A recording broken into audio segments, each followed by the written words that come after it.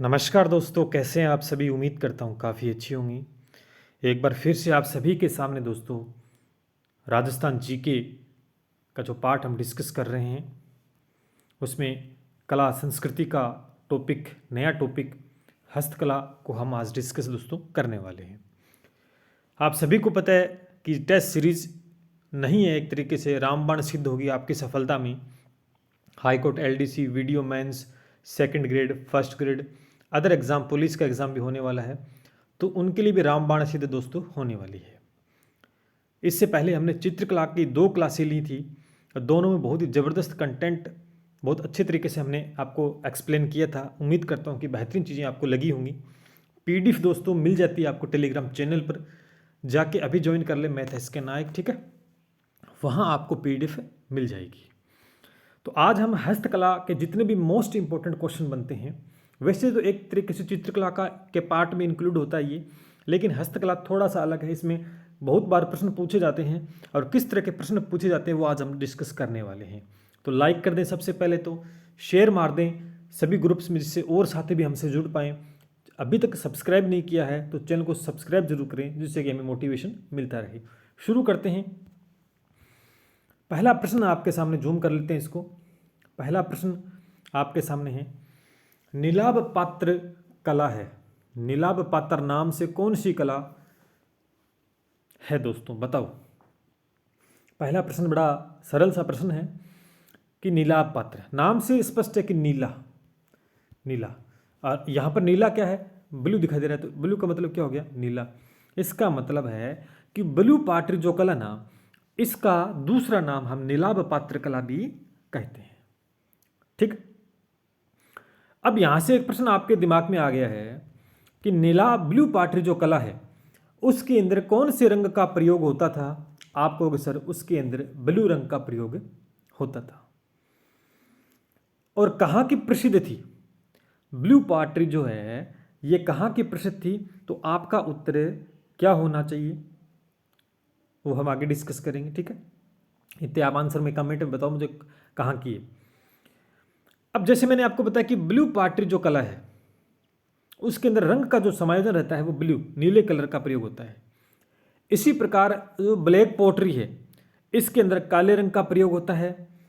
कागजी पोट्री है, ये जो कागजी पोट्री है ये इसके अंदर कौन से कलर का प्रयोग होता है ये आप मुझे बताइए।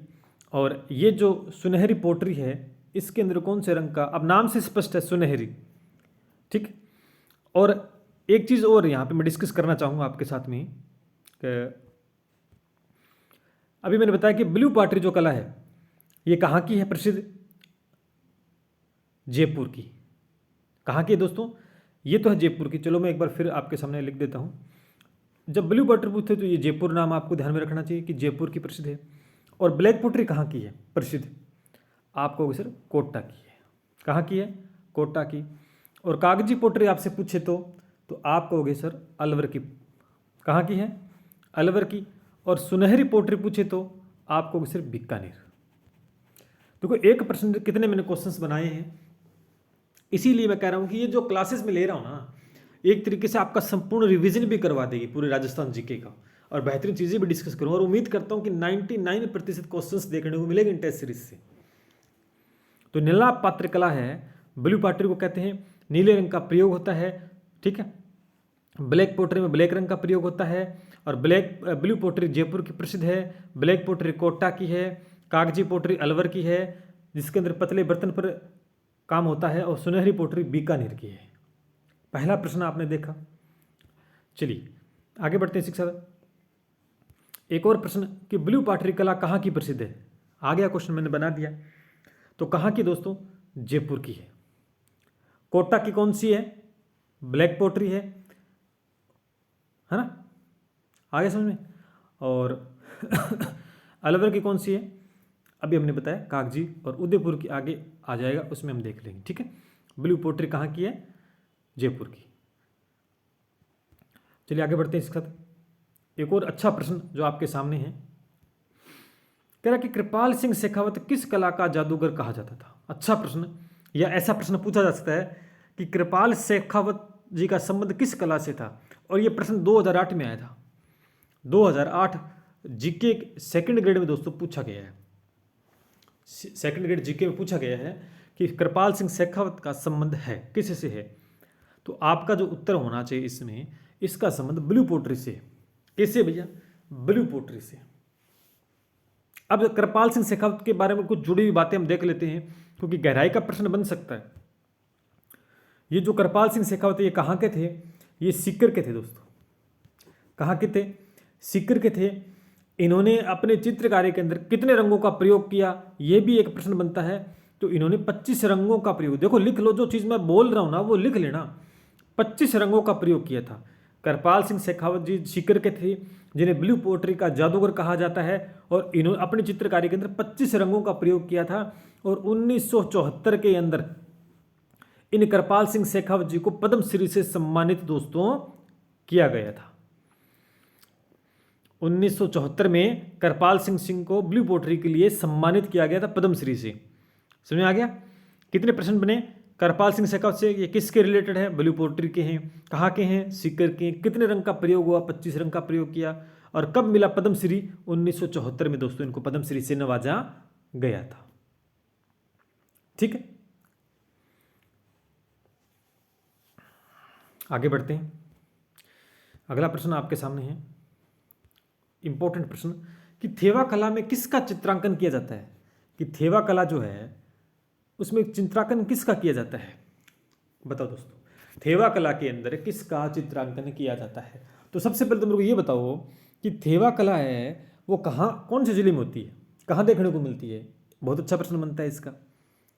अगर ये पूछे तो आपका उत्तर होना चाहिए प्रतापगढ़ के अंदर। कहाँ की प्रसिद्ध है? प्रतापगढ़ के अंदर हमें थेवा कला का चित्रांकन देखने को मिलता, वहाँ की प्रसिद्ध है। अब प्रश्न क्या था कि किसका चित्रांकन होता है? थेवा कला में क्या होता है दोस्तों? इसका उत्तर होगा कि कांच के ऊपर सोने का चित्रांकन होता है। कांच पर सोने का चित्रांकन दोस्तों होता है, और प्रतापगढ़ के अंदर सोनी परिवार इस कला के अंदर सिद्धहस्त है। प्रतापगढ़ का सोनी परिवार है ना, वो इस कला में सिद्धहस्त है।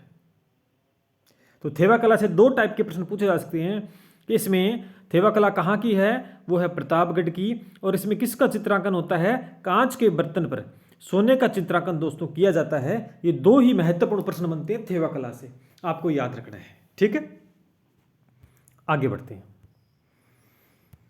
कह रहा कि राजसमंद का मोलेला गांव, राजसमंद के अंदर कोई मोलेला गांव है, किस कला के लिए प्रसिद्ध है? बताओ भैया, क्या मीनाकारी या टेराकोटा या उस्ता कला या थेवा कला?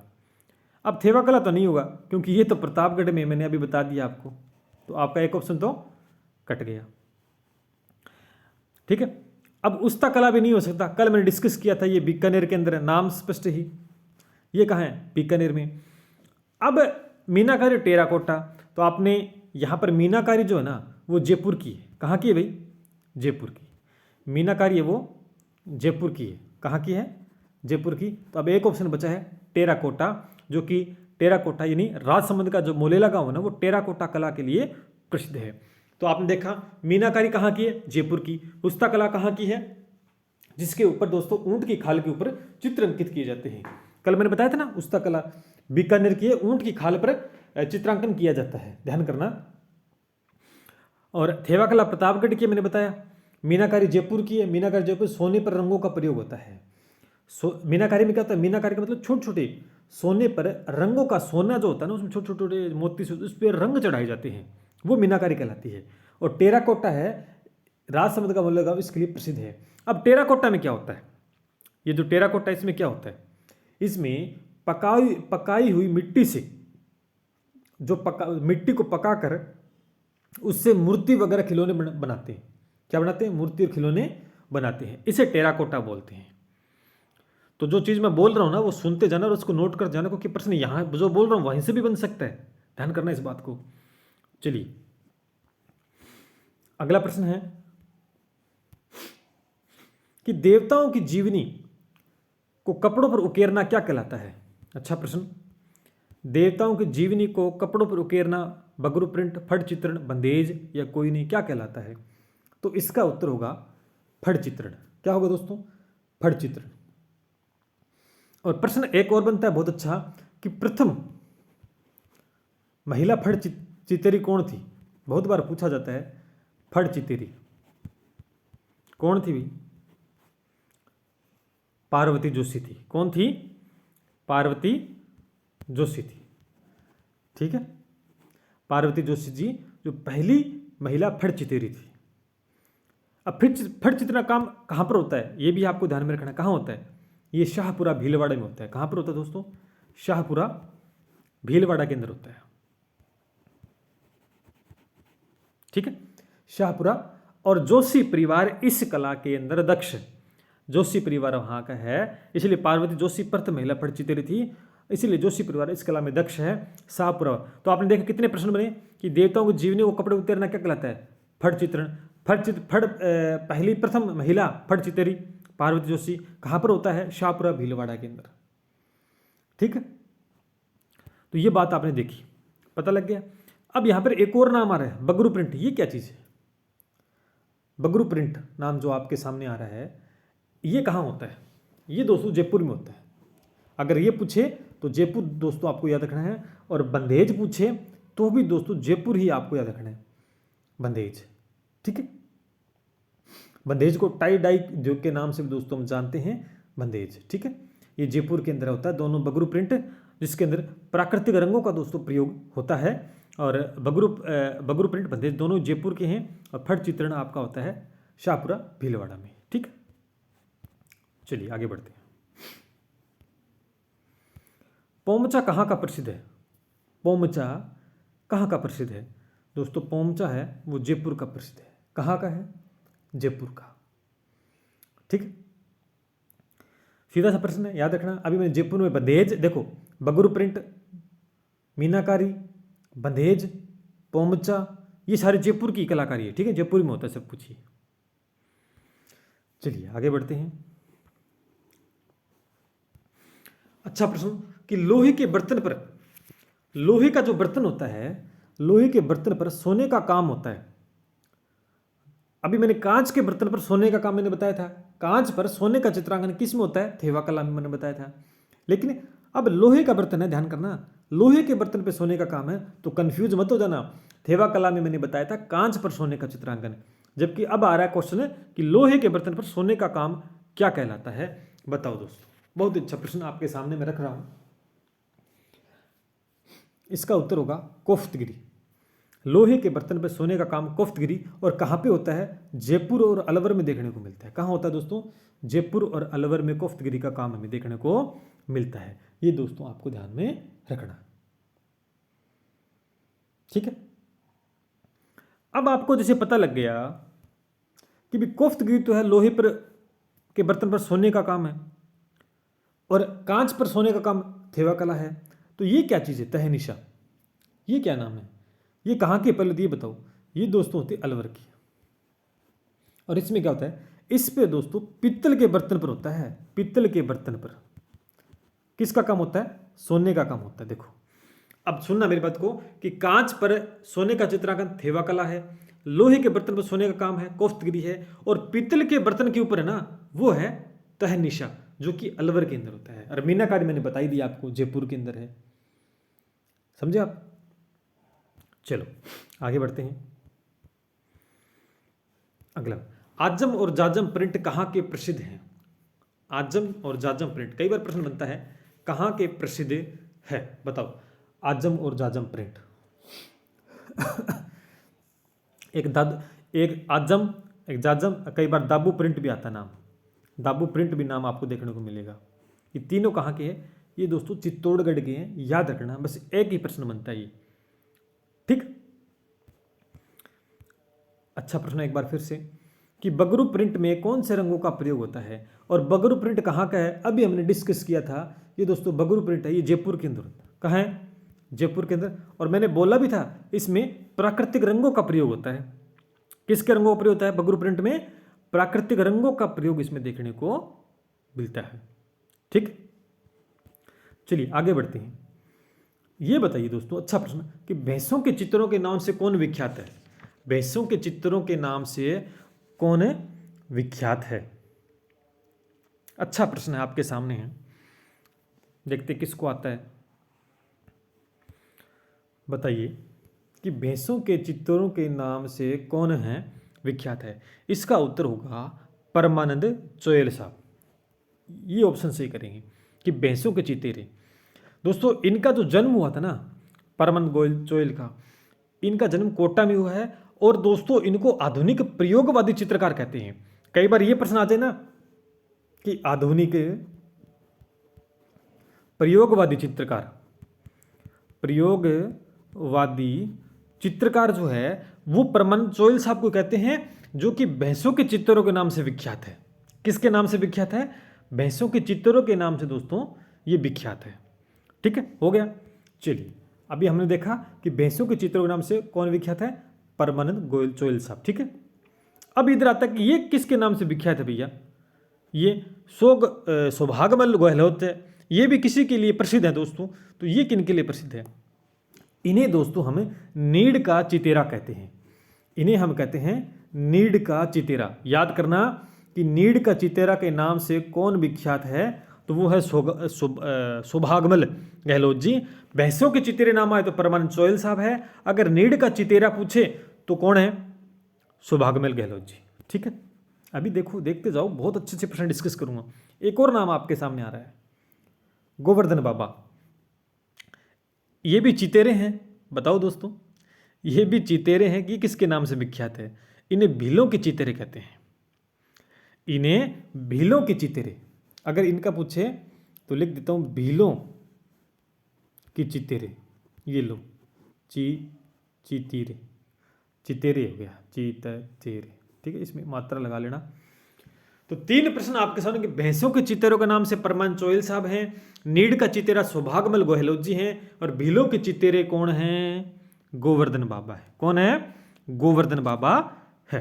ठीक है, अब बताओ मेरे को, एक और आदमी बच गए फिर यहां पर तो अपने पास। चलो इसको रफ कर देता हूं मैं 1 मिनट के लिए। ठीक है, अभी आपने देखा कि भैंसों के चितेरे ये हैं, नीड के चितेरे ये हैं, नीड लिख देता हूं, नीड के चितेरे ये हो गए, और ये हैं किसके? भीलों के चितेरे। तो ये भी तो कुछ चितेरे चतेरे हैं क्या? ऐसा ही आदमी है ये भैरव सिंह शेखावत जी, ये है कि नहीं? इन्हें दोस्तों गाँव के चितेरे कहते हैं। गाँवों के चितेरे के नाम से इनको बोलते हैं गाँवों के चितेरे, गाँवों के चितेरे। तो चारों के चारों चितेरे हैं। कौन कौन से वो मैंने आपके साथ डिस्कस कर लिया है, और बहुत इंपॉर्टेंट चीज़ है, किसी का भी पूछा जा सकता है। इसीलिए मैंने एक प्रश्न बनाया, 4 प्रश्न बनाने से कोई फायदा नहीं है। एक प्रश्न में 4 प्रश्न मैंने आपके सामने रख दिए हैं। तो उम्मीद करता हूँ बहुत अच्छे से आपने समझा होगा, और इस बात पर लाइक भी दोस्तों आप कर दीजिएगा। चलिए आगे चलते हैं। अगला प्रश्न, अगला क्वेश्चन है कि master of nature living object के नाम से कौन प्रसिद्ध है? अच्छा प्रश्न है। कौन अभी? इसका उत्तर होगा दोस्तों देवकी नंदन शर्मा। देवकी नंदन शर्मा है जो अलवर के हैं दोस्तों, और इन्हें मास्टर ऑफ नेचर या लिविंग ऑब्जेक्ट के नाम से हमें जानते हैं। ठीक है, ये अलवर जिले में हुआ था इनका जन्म। अगर देखा जाए तो दोस्तों इन्होंने वरिष्ठ चित्रकारों में से इन्होंने अपना संपूर्ण जीवन है ना कला की साधना में समर्पित कर दिया था। ठीक है, चलिए आगे बढ़ते हैं। भूरी सिंह शेखावत मैंने बता ही दिया आपको, ये गांव के चित्रों के नाम से प्रसिद्ध हैं, और राजस्थान में यथार्थवादी चित्रकला के लिए सशक्त माने जाते हैं। यथार्थवादी चित्रकला के लिए भी ये दोस्तों प्रसिद्ध हैं। और मास्टर कुंदन लाल कौन है? मैंने आधुनिक चित्रकला का पिता किसे कहा जाता है वो मैंने आपको कल बताया था। कल चित्रकला की जो क्लास थी उसमें मैंने आधुनिक चित्रकला का जो कौन था पितामह निर्माणकर्ता, मास्टर कुंदन लाल, मैंने आपको बताया था, डिस्कस किया था कल की क्लास में। ठीक है ना। चलिए अगला प्रश्न और अंतिम प्रश्न, बस इस हस्तकला के 13 प्रश्न थे, और 13 प्रश्नों के साथ आप मान के चलो कि एक प्रश्न के 2 से 3 पार्ट मैंने डिस्कस किए हैं। कुल मिला के 13 प्रश्न नहीं है, ये 30+ क्वेश्चन हमने डिस्कस दोस्तों कर लिए हैं। लास्ट क्वेश्चन बता दो, किशनगढ़ शैली को प्रकाश में लाने का श्रेय किसको जाता है? फयाज अली को, एरिक डिक्सन को, या दोनों को, या कोई नहीं? क्या उत्तर होगा बताओ? इसका उत्तर होगा दोनों को, यानी फयाज अली भी हैं और एरिक डिक्सन भी हैं। समझ आ गया? तो किशनगढ़ शैली को प्रकाश में लाने का जो श्रेय जाता है वो डॉक्टर फयाज अली व एरिक डिक्सन को है। तो ये आपके सामने 13 क्वेश्चन है, 13 के डबल और उससे भी एक एक एक्स्ट्रा मैंने क्वेश्चन करवाए हैं। तो टोटल जो क्वेश्चन है ये मान के चलो कि मैंने आपके साथ 30+ क्वेश्चन हस्तकला के डिस्कस किए हैं और सारे के सारे बेहद इंपॉर्टेंट क्वेश्चन डिस्कस किए हैं रिटर्न में भी, और मैंने जो बोल के बताए वो भी आई होप आपने नोट की होंगी। आंसर की आपके सामने ये लीजिए मैंने लिख दी है। PDF आपको मिल जाएगी कहाँ पर? टेलीग्राम चैनल पर। अभी जाके ज्वाइन कर लें, वहाँ PD मिल जाएगी। नेक्स्ट क्लास जो होने वाली है वो एक नए टॉपिक पे डिस्कस करेंगे, क्योंकि हस्तकला छोटा सा टॉपिक था, चीज़ें हमने डिस्कस कर ली है। क्लास कैसी लग रही है ये ज़रूर कमेंट करके बताएं कि किस प्रकार की क्लास आपको अच्छी लग रही है, कैसा कुछ इसमें और हमें इम्प्रूवमेंट करना चाहिए, क्या कुछ। ठीक है, तो लाइक कर दें, शेयर कर दें एंड सब्सक्राइब भी करें। मिलते हैं इसी के साथ। जय हिंद, जय भारत।